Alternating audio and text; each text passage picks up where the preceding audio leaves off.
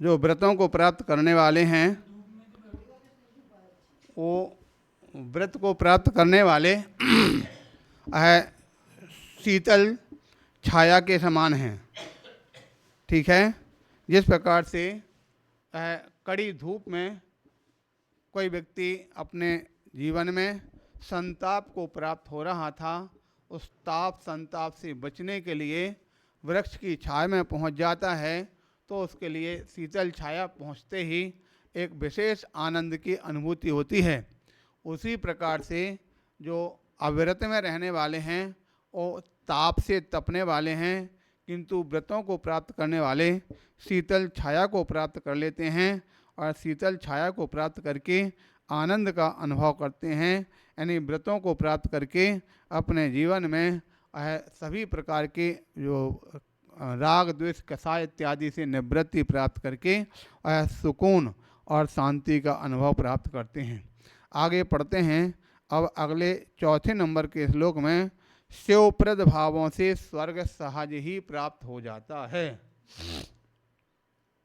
ठीक है। जो व्रत धारण किए, काय के लिए धारण किए? व्रतों से क्या प्राप्त होता है? क्या मिलता है व्रतों से? व्रतों से मोक्ष की प्राप्ति होती कि नहीं? जब व्रतों से मोक्ष की प्राप्ति होती है तो स्वर्ग प्राप्त करना कितनी दूर है। ठीक है। तो इस प्रकार से उदाहरण देते हुए अगले श्लोक के माध्यम से यहाँ पर आचार्य महाराज बताते हैं। यत्र भावः शिवं दत्ते, यत्र भावः शिवं दत्ते द्यौ कियद्दूरवर्तिनी, द्यौ कियद्दूरवर्तिनी यो नयत्यासु गव्यूतिम, यो नयत्यासु गव्यूतिम, गव्यूतिम गव्यूतिम क्रोशार्धे किं सा सीदति, क्रोशार्धे किं सा सीदति। बन जाएगा। इस प्रकार से एक बार फिर से मिलके पढ़ते हैं। यत्र भावः शिवं दत्ते द्यौ कियद्दूरवर्तिनी यो नयत्यासु गव्यूतिम क्रोशार्धे किं सा सीदति। आ जाएगा। दौ कियद्दूरवर्तिनी यो नयत्यासु गव्यूतिम क्रोशार्धे किं सा सीदति। इस प्रकार से है क्या बिंदी लग रही ना? नहीं लगी? इसमें तो लग रही है वैसे। तिम में बिंदी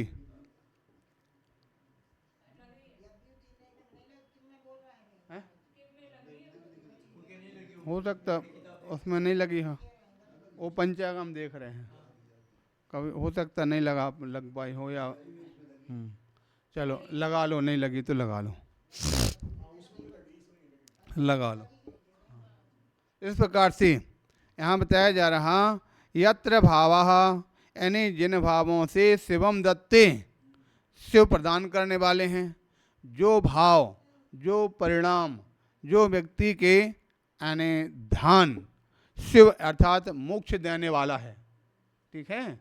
जो भाव मोक्ष देने वाले हैं तो देव क्या दूरवर्तनी, उनके लिए देव यानी स्वर्ग। क्या दूरवर्तनी, कितना दूर है स्वर्ग? देव यानी स्वर्ग। जिन भावों से मोक्ष प्राप्त हो रहा है उन भावों के लिए स्वर्ग प्राप्त करना कितना दूर है? क्या दूरवर्तनी, कितना दूर है? उदाहरण देते हैं। यह गव्यूतिम अर्थात जैसे मनुष्य को गव्यूति, गव्यूति का मतलब होता है दो कोस। ठीक है। यह दो कोस को एक गव्यूति बोलते हैं।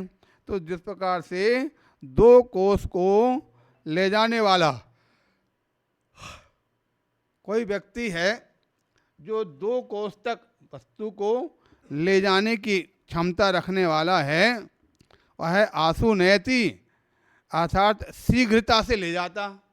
2 कोस तक जिस कोई वस्तु को शीघ्रता से दौड़ करके आराम से ले जाता है, सा यानी वह या उसके लिए क्रोशार्धे किम सीदति, आधा कोस ले जाने में क्या दिक्कत होना। ठीक है, जिस कोई व्यक्ति जो सामान को 2 कोस तक यानी आराम से ले जाने वाला है, उसको आधा कोस ले जाने में कोई दिक्कत नहीं होने वाली है। उसी प्रकार से जो व्यक्ति के लिए जो भाव मोक्ष प्रदान करने वाले हैं, उनके लिए स्वर्ग तो सहज ही प्राप्त हो जाता है। ठीक है, यानी इसके पहले से जुड़ा हुआ है कि वास्तविकता में जीव को मोक्ष अगर प्राप्त होता है तो किन भावों से? व्रत के भावों से। ठीक है, दर्शन सम्यक दर्शन से नहीं होगा, सम्यक ज्ञान से नहीं होगा। जब भी अगर मोक्ष प्राप्त होगा तो व्रत के द्वारा होगा, क्योंकि कर्म निर्जरा जब भी होती है तो किससे होती? व्रतों से संवर होगा और तप से निर्जरा होगी। तो संयम और तप ये दोनों ही जीव के लिए कर्मों को क्षय करते हैं, और कर्मों का क्षय होना ही मोक्ष कहा जाता है। ठीक है, इसीलिए बोला करते ना, मोक्ष कहाँ पर होता? ऊपर सिद्धशला पर। कहाँ पर है मोक्ष? ध्यान रखना, सिद्धशला पर नहीं, मोक्ष तो यहीं पर है, जहाँ हम और आप यहाँ पर बैठे हैं, यहीं पर मोक्ष होता है। क्यों?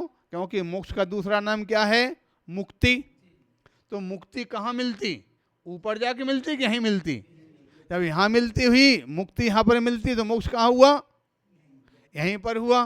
ठीक है, मोक्ष तो यहीं पर होता, मुक्ति तो यहीं पर मिलती, लेकिन यहाँ से मुक्त होने वाला जो जीव है वो जाकर के कहाँ पर? सिद्धशला पर पहुँच जाता है। ठीक उसी प्रकार से जिस प्रकार किसी व्यक्ति को कोई सज़ा है और सज़ा होने से वो जेल के अंदर बंद है, जब उसकी सज़ा पूरी हो गई तो वहाँ से उसको मुक्त कर दिया जाता। ठीक है, तो मुक्त कहाँ से हो रहा? जेल से हो रहा कि घर से हो रहा? ठीक है, मुक्त तो जेल से होता है और फिर जाता कहाँ है? अपने घर चला जाता है। उसी प्रकार से सब संसारी प्राणी जो हैं ऐसा बंधे कहाँ पर हैं? संसार में बंधे हैं। इसलिए संसार से मुक्त होते हैं तो मुक्त होकर के कहाँ? अपने घर यानी शाश्वत सिद्धशला पर पहुँच जाते हैं। इस प्रकार से यहाँ पर आचार्य भगवंतों ने यहाँ इस शिवप्रद भावों से इस प्रकार से सिद्ध होता कि वास्तव में जीव के लिए अगर सबसे बड़ा कोई उपयुक्त उपयोगी कल्याणप्रद अगर कोई हेतु है तो क्या है? भाव होते हैं। इसलिए अपने भावों को हमेशा संभालने की आवश्यकता है।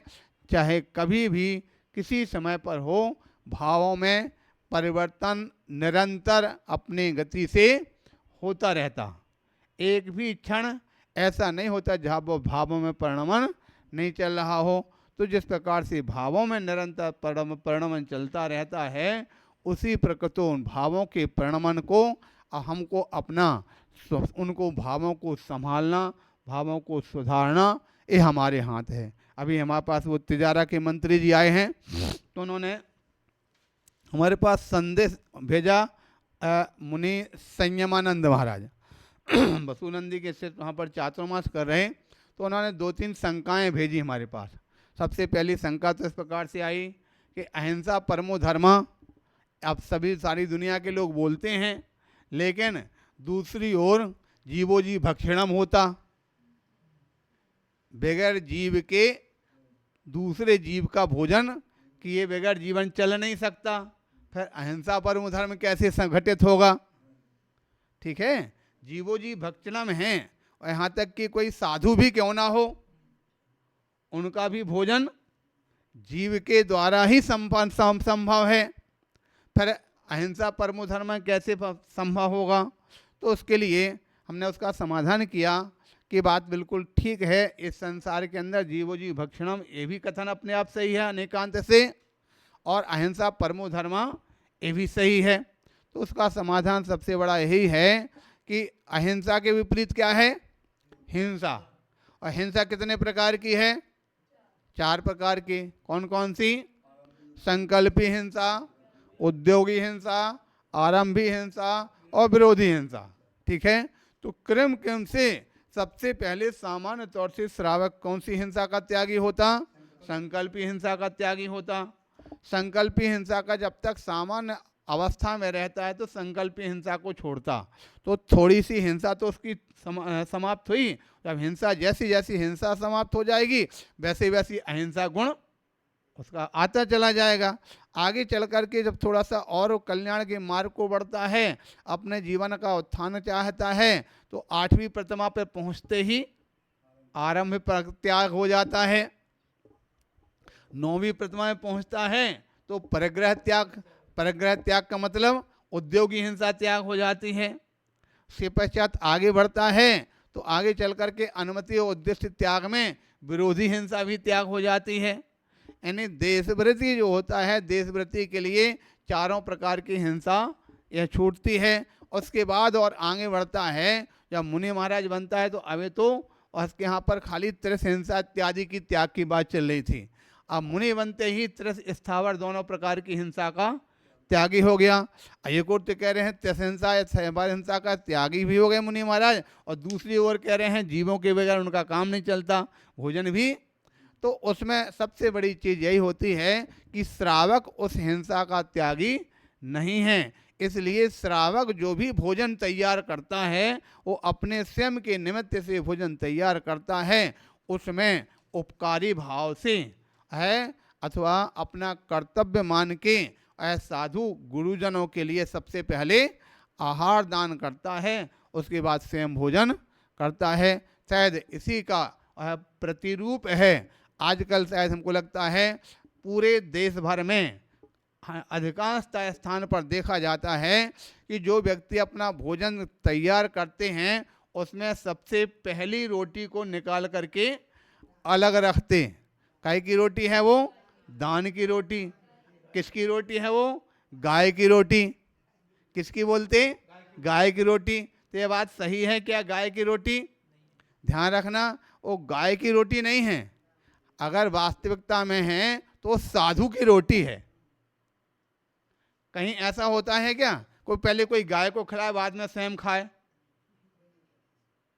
लेकिन ये जरूर होता कि जब पहले कोई व्यक्ति अपने घर में भोजन तैयार करता तो पहले साधु को भोजन कराता है, आहार कराता है, बाद में स्वयं खाता है। अब साधु अब सामने उपलब्ध नहीं है, साधु नहीं, तो उनके निमित्त से एक रोटी निकाल करके अलग रखते कि हमने दान के रूप में साधु के आहार दान के लिए रोटी निकाल कर रख दी, तो उसका आहार दान की अनुमोदना हो गई। तो वास्तविकता में तो वो रोटी किसकी है? साधु की रोटी है, आहार दान की रोटी है।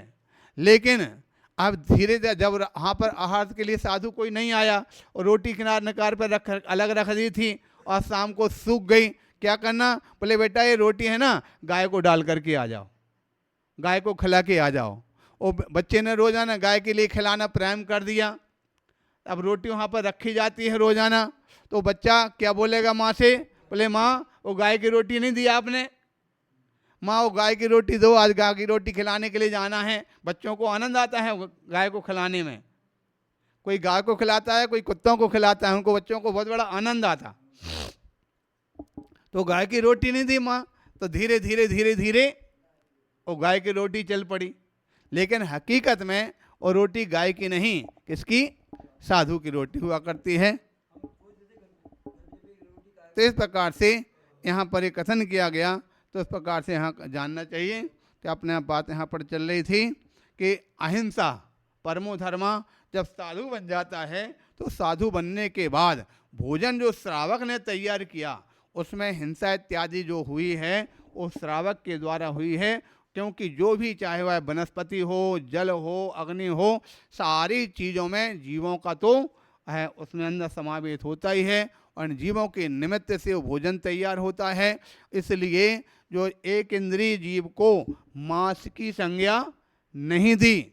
इसलिए क्योंकि एक इंद्रिय जीव के द्वारा जो है अभाव में संसार में किसी जीवों का जीवन चल सकता नहीं है। यहाँ तक कि अनंत भगवान केवल ज्ञानी हो गए, 4 ज्ञान के धारी हैं, उनका भी जीवन बगैर एक इंद्रिय जीव के हिंसा के नहीं चल सकता। आप लोगों को आश्चर्य लग रहा होगा सुन करके, अरहंत भगवान का भी जीवन नहीं चलता है। हाँ, क्यों? क्योंकि अरहंत भगवान जो हैं केवल ज्ञानी हैं, वो भी श्वासोच्छ्वास ग्रहण करते कि नहीं? जब श्वासोच्छ्वास ग्रहण करेंगे तो श्वास में वायु को ग्रहण करते हैं, और वायु का एक जीव उनके अंदर पहुंचेगा। ठीक है कि नहीं? बिहार में तो कोई जीव का घात नहीं होता, लेकिन श्वासोच्छ्वास तो वह ग्रहण करते ही हैं। इस प्रकार से यहाँ अहिंसा का हमने वहाँ पर समाधान किया, उनको बहुत अच्छा लगा। उसके अलावा और भी कुछ प्रकार से आए थे। पर्याय के संबंध में घटना आया, वो लोग बोलते हैं पर्याय जो होती है, वो पर्याय का लक्षण क्या है? क्या बोलते हैं पर्याय को? क्रमबद्ध है, क्रमभावी, क्रम नियत प्रकार से। तो यहाँ पर्याय को ऐसे कहा गया, तो फिर 2 प्रकार की बात है। केवली ज्ञान तो संपूर्ण पदार्थों को एक साथ जानते हैं, और जो संसारी जीव हैं उनको जो ज्ञान होता है वो कैसे होता? क्रम नियत, क्रम भावी इत्यादि होता है। तो बिल्कुल ठीक है, इसमें कोई बाधा ही नहीं है, क्योंकि केवल ज्ञानी के लिए जो होने वाला ज्ञान, और ज्ञान जब भी होता तो दर्शन पूर्वक होता। ठीक है? केवल ज्ञानी का दर्शन और ज्ञान एक साथ है, इसलिए उनको एक साथ सारी चीज़ें दिख जाती हैं।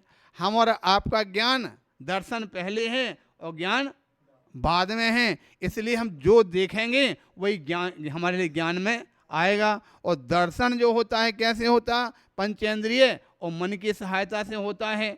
और ज्ञान जो होता है खाली मन से होता है, दर्शन पूर्वक होता है। तो 2 दर्शन हम क्रम क्रम से जैसा जैसा देखते जाएंगे, वैसे क्रम क्रम से हमको ज्ञान भी होता चला जाता है। इसलिए जीव जीव को ज्ञान होता हो क्रमवर्ती या क्रम नियत इत्यादि इस प्रकार से हुआ करता है। और भी अनेक प्रकार के इस प्रकार से जो समाधान होते हैं, उस प्रकार से और भी उन्होंने इस प्रकार से 1-2 प्रश्न किए थे। हाँ, जो क्रम से क्यों पर्याय का लक्षण यही है, जो क्रम वर्तना पर्याय और सहभावी गुण जो होते हैं सहभावी होते हैं, और पर्याय जो होती क्रमवर्ती होती है। इस प्रकार से और भी इसी प्रकार का एक बात कोई और प्रश्न उनके द्वारा आया था, हमने उसका समाधान किया। बड़े खुश होते हैं हमको। हाँ, आज जो समाधान हुए, तो इस प्रकार से यहाँ पर कथन किया गया कि शिवप्रद भावों से स्वर्ग तो सहज ही प्राप्त हो जाता है। इस प्रकार से जानना चाहिए।